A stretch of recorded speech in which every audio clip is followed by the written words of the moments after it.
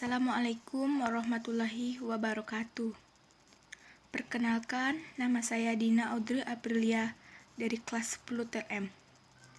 Di sini saya akan menjelaskan PTT saya tentang teknologi laboratorium medik.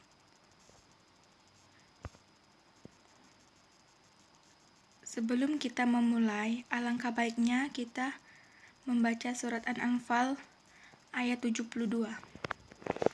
A'udzu billahi minas syaitonir rajim. Bismillahirrahmanirrahim.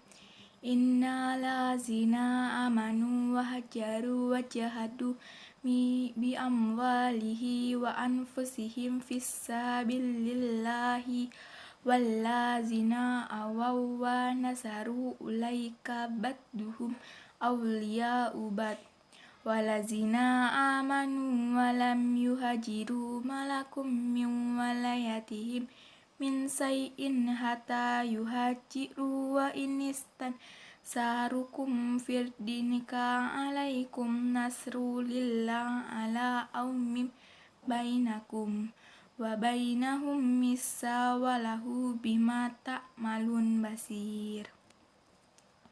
Artinya, sesungguhnya orang-orang yang beriman dan berhijrah serta berjihad dengan harta dan jiwanya pada jalan Allah dan orang-orang yang memberikan tempat kediaman dan pertolongan kepada orang-orang muhajirin. Mereka itu sama lain lindung melindungi. Dan terhadap orang-orang yang beriman tetapi belum berhijrah, maka tidak ada kewajiban sedikit pun atasmu melindungi mereka sebelum mereka berhijrah. Akan tetapi, jika mereka meminta pertolongan kepadamu dalam urusan pembelaan agama, maka kamu wajib memberikan pertolongan kecuali terhadap kamu yang telah ada perjanjian antara kamu dengan mereka. Dan Allah Maha melihat apa yang kamu kerjakan. Selanjutnya, latar belakang. Laboratorium merupakan salah satu prasarana pendidikan yang dapat digunakan sebagai tempat berlatih para peserta didik dalam memahami konsep-konsep dengan melakukan percobaan dan pengamatan. Dengan demikian, laboratorium merupakan bagian yang integral tak dapat dipisahkan dari suatu pengajaran di dalam kelas. Keberadaan laboratorium diperlukan untuk memberikan pengalaman langsung dari aplikasi teori yang diterima melalui kegiatan laboratorium praktikum untuk menunjang kegiatan belajar mengajar di kelas. Berkaitan dengan hal di atas, maka peranan laboratorium menjadi sangat penting karena laboratorium merupakan pusat proses belajar mengajar untuk mengadakan percobaan, penyelidikan, atau penelitian dalam perkuliahan. Dengan demikian, laboratorium mempunyai fungsi sebagai tempat kegiatan penunjang dari kegiatan kelas, atau sebaliknya, kegiatan kelas menjadi penunjang kegiatan laboratorium. Dilihat dari fungsinya, pertama, laboratorium menjadi tempat bagi pendidik untuk mendalami konsep, mengembangkan metode pembelajaran, memperkaya pengetahuan dan keterampilan, dan sebagainya. Kedua, sebagai tempat bagi peserta didik untuk belajar, memahami, mengembangkan keterampilan, dan mengaplikasikan tentang teori yang telah didapat waktu pembelajaran di dalam kelas. Di laboratorium terdapat peserta didik yang melakukan praktek. Di samping itu, di laboratorium terdapat peralatan yang perlu dijaga kebersihan dan keamanannya. Karena itu, diperlukan tanggung jawab dan disiplin dalam laboratorium yang harus dipatuhi oleh pendidik maupun oleh peserta didik. Kegiatan pembelajaran akan lebih baik tidak saja ditentukan oleh jumlah laboratoriumnya, melainkan banyak ditentukan oleh lengkap tidaknya fasilitas dan pelengkapnya. Selanjutnya, background dalam kata bahasa Inggris ini. Selanjutnya, sejarah laboratorium. Contoh awal laboratorium yang diketahui dalam bahasa Inggris melibatkan alkimia dan persiapan obat-obatan. Munculnya scan besar selama Perang Dunia II, meningkatkan ukuran laboratorium dan peralatan ilmiah, memperkenalkan akselerator partikel dan perangkat serupa. Laboratorium awal Laboratorium paling awal menurut bukti saat ini adalah laboratorium rumah Pythagoras dari Samos, filsuf dan ilmuwan Yunani terkenal. Laboratorium ini dibuat ketika Pythagoras melakukan percobaan tentang nada suara dan getaran senar. Dalam lukisan Louis Pasteur karya Albert Adolphe tahun 1885, Louis Pasteur diperlihatkan membandingkan sebuah catatan di tangan kirinya dengan sebuah botol berisi padatan di tangan kanannya, dan tidak menggunakan alat pelindung diri.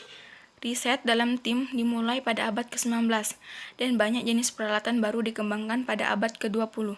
Sebuah laboratorium alkimia bawah tanah abad ke-16 secara tidak sengaja ditemukan pada tahun 2002. Rudolf Iv II, Kaisar Romawi Suci, diyakini sebagai pemiliknya. Laboratorium itu disebut Speculum Alchemicae dan disimpan sebagai museum di Praha. Bawahnya yang bahasa Inggris. Selanjutnya, struktur organisasi laboratorium dan memahami aturan tata tertib laboratorium. Organisasi laboratorium adalah bidang fokus dalam sosiologi. Para ilmuwan mempertimbangkan bagaimana pekerjaan mereka harus diatur yang dapat didasarkan pada tema, tim, proyek, atau bidang keahlian. Pekerja dibagi tidak hanya antara pekerjaan yang berbeda di laboratorium seperti peneliti, insinyur, dan teknisi, tetapi juga dalam kaitannya dengan otonomi, harus pekerja individu atau kelompok. Misalnya, satu kelompok peneliti memiliki jadwal di mana mereka melakukan peneliti tentang topik minat mereka sendiri untuk 1 hari dalam seminggu. Tetapi untuk sisanya, mereka mengerjakan proyek kelompok tertentu. Manajemen keuangan adalah masalah organisasi lainnya.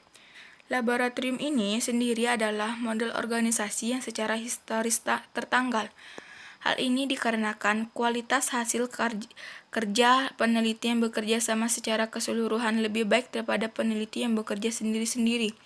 Sejak tahun 1950-an, laboratorium telah berevolusi dari alat pendidikan yang digunakan oleh guru untuk menarik siswa terbaik ke dalam penelitian, menjadi model organisasi yang memungkinkan produktivitas ilmiah tingkat tinggi.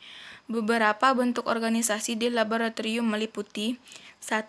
Ukurannya bervariasi dan beberapa penelitian hingga beberapa ratus. 2. Pembagian kerja terjadi antara desainer dan operator, peneliti, insinyur, dan teknisi, ahli teori dan peneliti, peneliti senior, peneliti junior, dan mahasiswa, mereka yang menerbitkannya, mereka yang mendatangani publikasi, dan lain-lain di antara spesialisasi. Mekanisme koordinasi yang meliputi formalisasi tujuan dan tugas, standarisasi prosedur, protokol manajemen proyek, manajemen kualitas, manajemen pengetahuan, validasi publikasi dan kegiatan lintas sektor, jumlah dan jenis seminar. Ada 3 faktor utama yang berkontribusi pada bentuk organisasi laboratorium. 1. Latar belakang pendidikan para peneliti dan proses sosialisasinya. 2. Proses intelektual yang terlibat dalam pekerjaan mereka, termasuk jenis investigasi dan peralatan yang mereka gunakan. 3. Sejarah laboratorium, bentuk organisasi lain termasuk organisasi sosial. Selanjutnya, pedoman perilaku profesional bagi personil laboratorium kedokteran.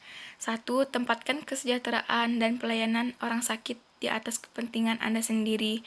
2. Setia pada profesi laboratorium medis Anda dengan mempertahankan standar kerja yang tinggi dan berusaha untuk meningkatkan keterampilan dan pengetahuan profesional Anda.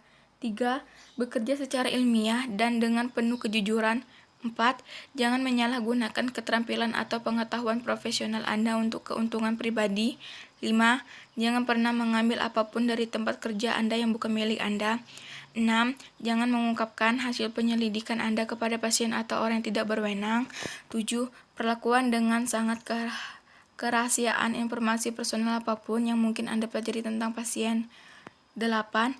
Hormati dan bekerja secara harmonis dengan anggota lain dari Departemen Medis Suralco.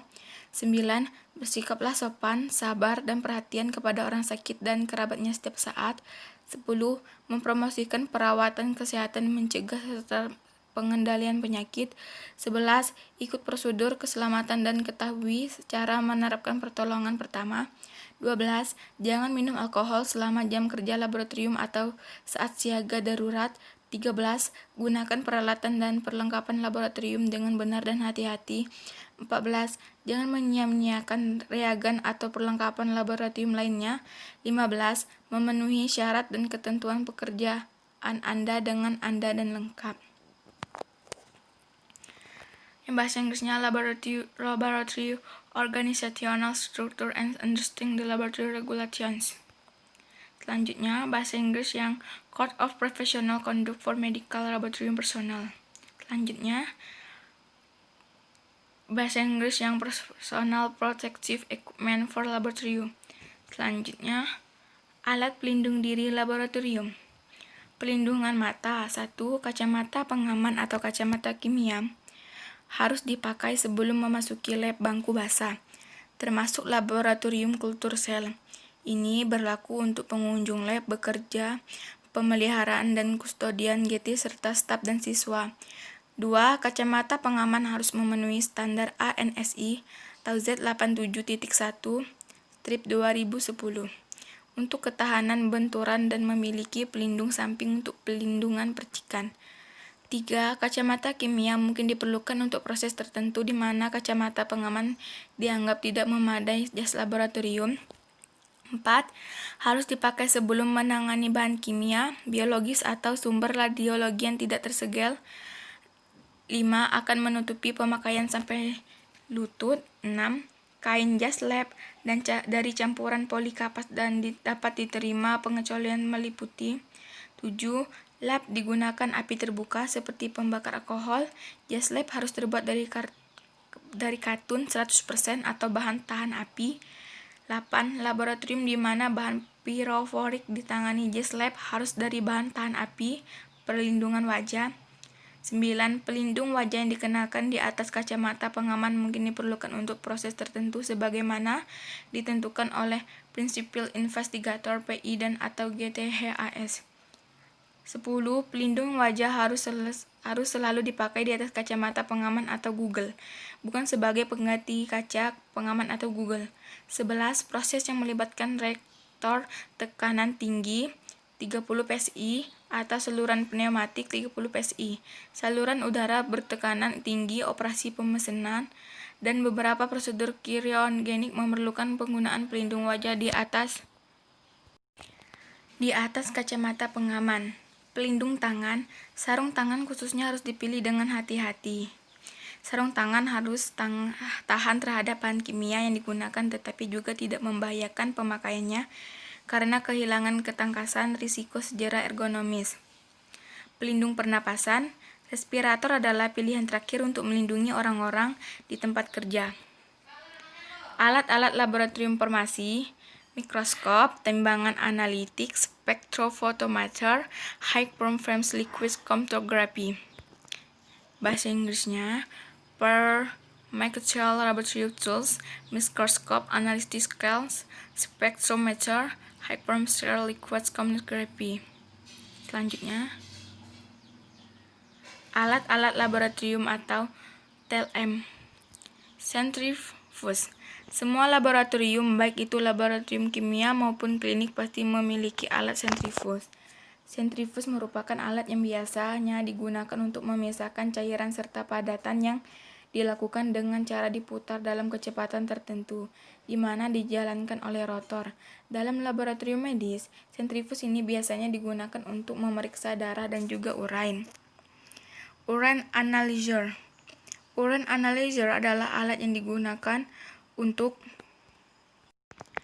mengevaluasi dan membaca hasil dari strip test urine. Alat ini bekerja dengan semi-otomatis dalam pengecekan yang dilakukan pada luar tubuh, yang hasil pengecekan urinnya selalu tepat.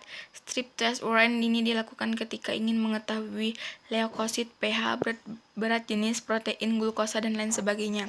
Mikroskop. Sebuah laboratorium tak lengkap jika tidak memiliki mikroskop. Mikroskop merupakan alat laboratorium yang digunakan untuk melihat objek yang sangat kecil sehingga tidak akan mungkin bisa jika dilihat dengan mata langsung. Mikroskop ini digunakan untuk memperbesar objek apapun yang ingin dilihat seperti mikroorganisme atau bakteri. Blood gas analyzer. Blood gas analyzer merupakan alat yang digunakan dalam mengukur tekanan parsial gas yang terdapat dalam darah, mengukur pH, dan mengukur elektrolit yang terdapat pada tubuh seperti natrium, potasium, klorid, serta zat kapur. Tujuan dari mengetahui tekanan gas dalam darah adalah untuk melihat kemampuan darah dalam mengangkut oksigen dan karbon dioksida, melihat keefisiensian pertukaran oksigen dan karbon dioksida dalam darah, dan melihat keadaan oksigen serta metabolisme sel. Alat rapid test. Rapid test merupakan alat yang digunakan menjalankan diagnosa suatu penyakit atau keadaan seseorang dengan cepat. Waktu yang diperlukan saat menggunakan rapid test sangatlah singkat dengan keakuratan yang tinggi.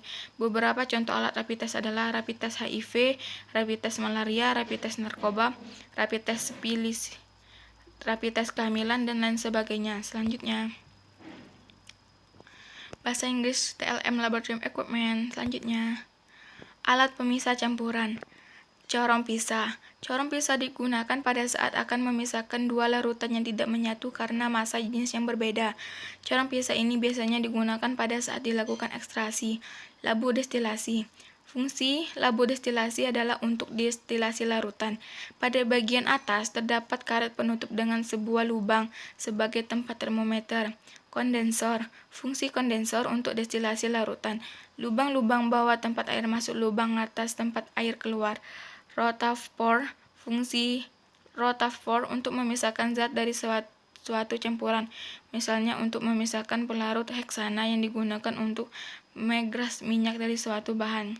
Di samping gambar-gambar tadi. Bahasa Inggris Mr. Spartal Tool. Selanjutnya, bahan-bahan berbahaya.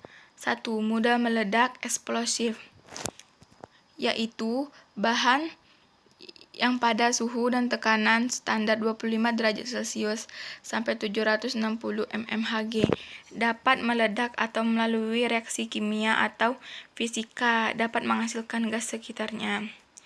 Pengoksidasi atau oxidizing, yaitu bahan yang memiliki waktu pembakaran sama atau lebih pendek dari waktu pembakaran senyawa standar. 3. Sangat mudah sekali menyala, extremely flammable, yaitu B3 padatan dan cairan yang memiliki titik nyala di bawah 0 derajat C dan titik didih lebih rendah atau sama dengan 35 derajat. 4. Sangat mudah menyala, highly flammable, yaitu bahan yang memiliki titik nyala 0 sampai 21 derajat. 5. Mudah menyala, flammable. 6. Amat sangat beracun, extremely toxic. 7. Sangat beracun, highly toxic. 8. Beracun, moderately toxic, yaitu bahan yang bersifat racun bagi manusia dan akan menyebabkan kematian atau sakitnya serius apabila masuk ke dalam tubuh melalui pernapasan kulit atau mulut. 9. Berbahaya, harmful, yaitu bahan baik padatan maupun cairan ataupun gas yang jika terjadi kontak atau melalui inhalasi ataupun oral dapat menyebabkan bahaya terhadap kesehatan sampai tingkat tertentu. 10. Corrosive, yaitu bahan yang menyebabkan iritasi pada kulit, menyebabkan proses pengaratan pada lempeng baja size 10-20 dengan laju korosi lebih besar dari 6,35 mm tahun atau mempunyai pH sama atau kurang dari 2 untuk B3 bersifat asam dan sama atau lebih besar dari 12,5 yang bersifat basah. 11. Bersifat iritasi atau irritant, yaitu bahan padat atau cair yang jika terjadi kontak secara langsung dan apabila kontak tersebut terus-menerus dengan kulit atau selaput lendir dapat menyebabkan peradangan. 12. Berbahaya bagi lingkungan, dangerous to the environment, yaitu berbahaya yang ditimbulkan oleh suatu bahan seperti merusak lapisan ozon, misalnya CFC, persisten di lingkungan, misalnya PCBS, atau bahan tersebut dapat merusak lingkungan. Carcinogenic atau carcinogenic, teratogenic atau teratogenic. Selanjutnya, bahasa Inggris hazardous material. Selanjutnya, penggunaan alat laboratorium. Teknologi laboratorium adalah seperangkat prosedur yang digunakan pada ilmu alam seperti kimia, biologi, fisika untuk melakukan percobaan semua mengikuti metode ilmiah, sementara beberapa di antaranya melibatkan penggunaan peralatan laboratorium yang kompleks, dari peralatan kelas laboratorium hingga perangkat listrik dan peralatan lainnya yang memerlukan pasokan yang lebih spesifik atau lebih mahal. Selanjutnya, bahasa Inggris use of tool in the laboratorium. Selanjutnya, kesimpulan. Dari semua PPT di atas dapat ditarik kesimpulan sebagai berikut. 1. Alat yang digunakan dalam melakukan praktikum ini adalah gelas kimia, gelas ukur, tabung reaksi, Erlenmeyer, hot plate, pipet tetes, mikropipet, sikat tabung, centrifuge, loupe, cawan Petri, culture chamber, mikroskop cahaya, lampu Bunsen, jarum was, timbangan analitik, autoclave, shaker, wet bath. 2. Masing-masing alat praktikum memiliki fungsi dan penggunaan yang berbeda-beda. Saat melakukan pengamatan, terutama jika hasil yang diharapkan berupa data kuantitatif, dibutuhkan ketelitian yang sangat tinggi. Seringkali kita membutuhkan alat bantu untuk mendapatkan ketelitian yang diharapkan. Peralatan yang digunakan dalam pengamatan biasanya digunakan untuk mengukur atau mengamati objek-objek yang ukurannya tidak dapat diamati langsung oleh indera manusia. Sampai di situ penjelasan saya tentang PPT saya. Wassalamualaikum warahmatullahi wabarakatuh. Terima kasih.